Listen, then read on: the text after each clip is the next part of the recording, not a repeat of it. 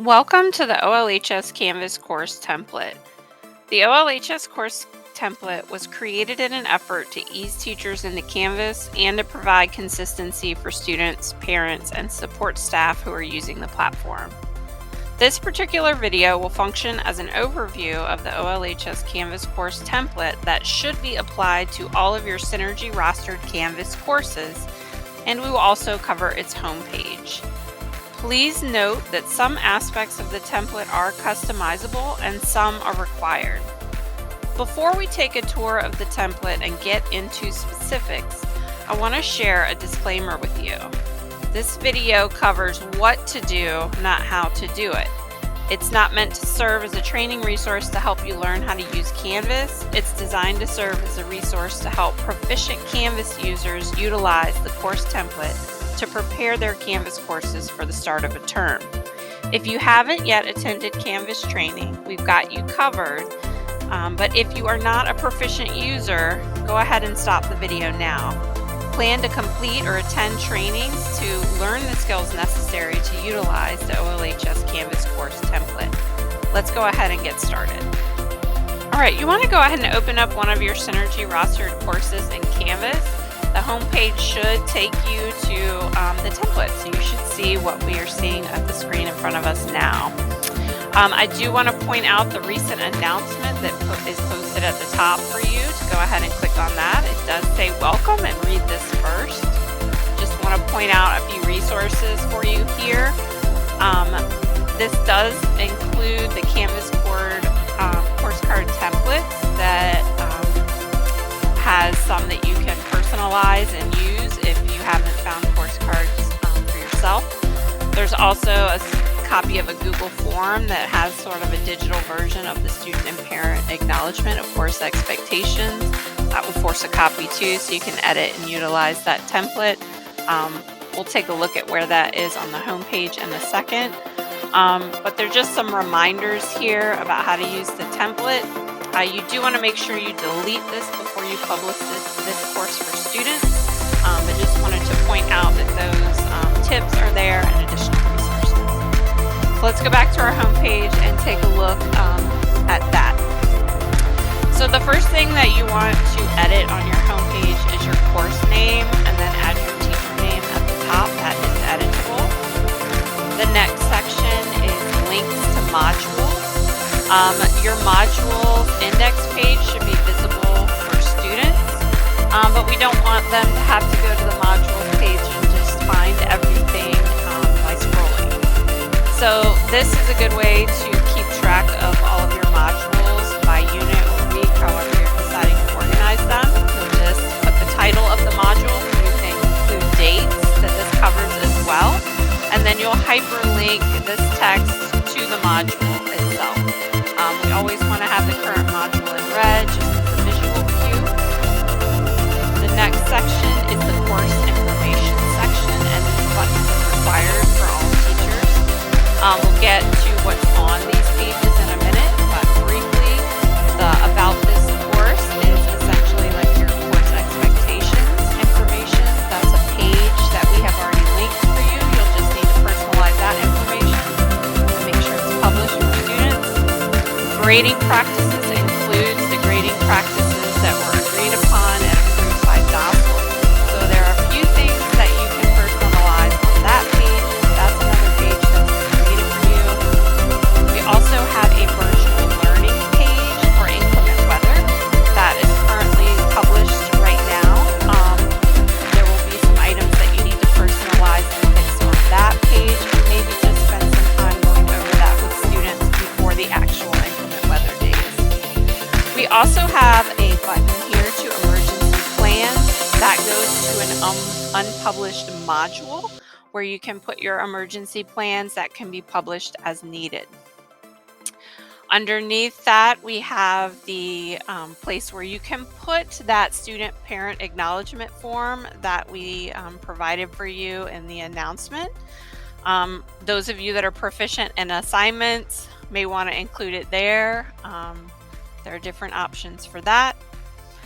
The next section is the school-wide resources. We've just linked to the OLHS All Students and Staff course in Canvas. So there's various information here. All right, and the last area of your homepage we need to talk about are the extra buttons provided for you at the bottom of the homepage.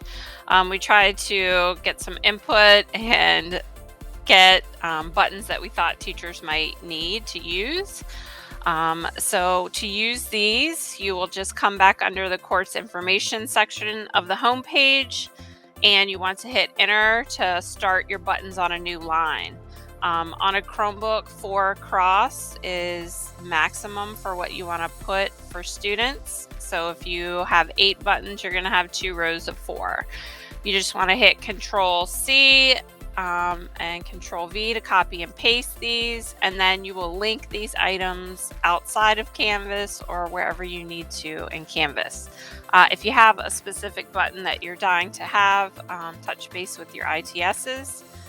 Essentially, when you're done and you've utilized all the buttons that you want, you just want to make sure you go ahead and delete all of the buttons in this section before you publish this course for students.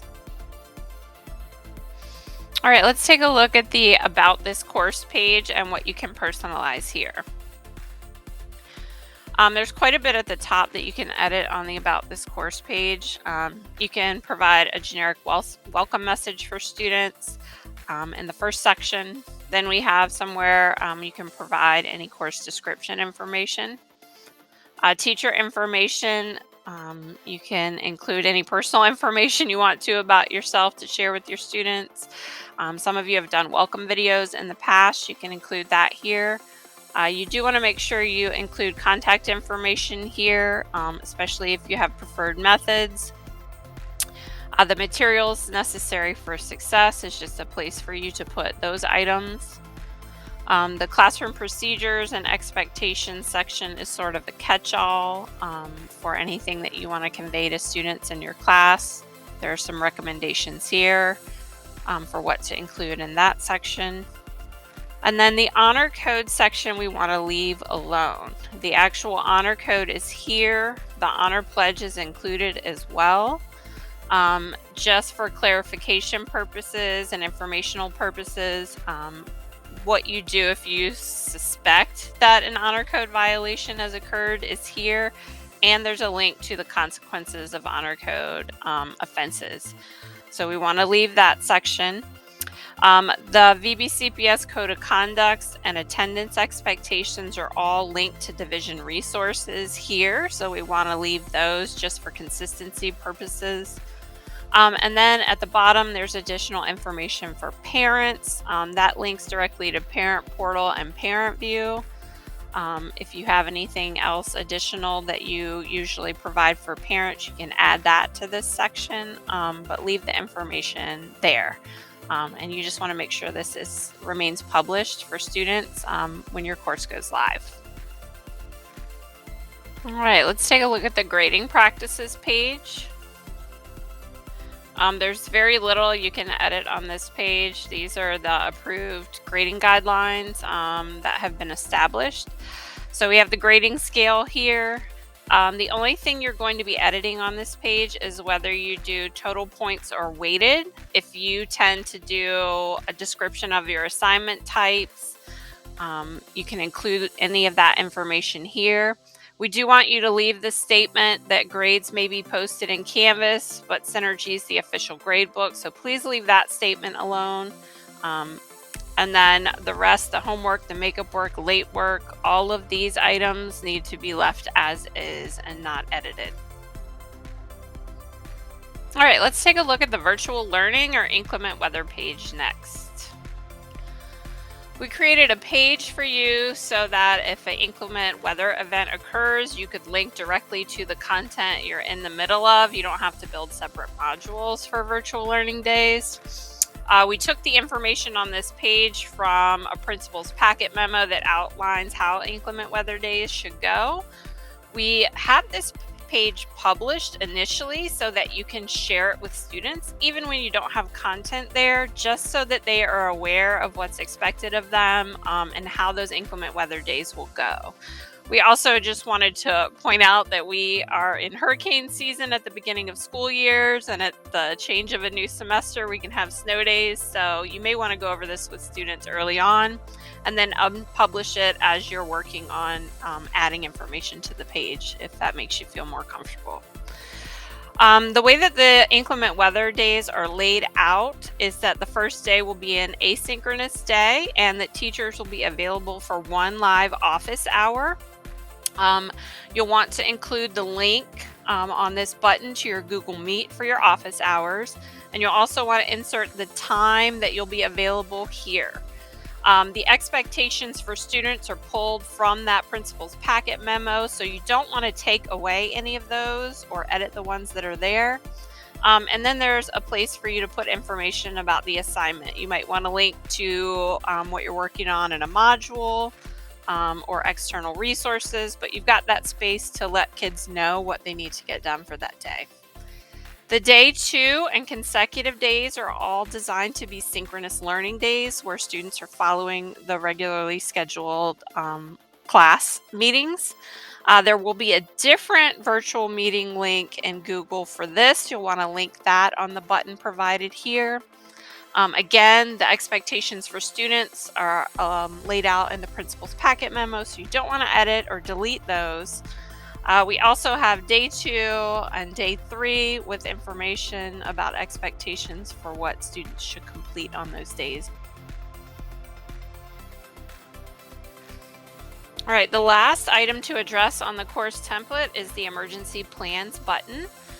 This button links directly to an unpublished module. Since typically these emergency plans are standalone assignments to be assigned in the event of an emergency, we did leave it in a module for you to build out as you see fit with your emergency plans. You can edit the name of the emergency plans module, but only to delete the phrasing publish as needed. We do want to leave emergency plans here so it's clearly identified. Any administrator, ITS, or LMS can go in and publish this for your students in the event of emergency, but you'll want to go ahead and make sure you update and add materials to this module by the time that's designated by administration. Leave this module unpublished, and then we'll publish it as needed. That is your Canvas course template in a nutshell. We hope that we have helped get you ready for the school year. If you have questions, reach out to your ITSs and have a good day.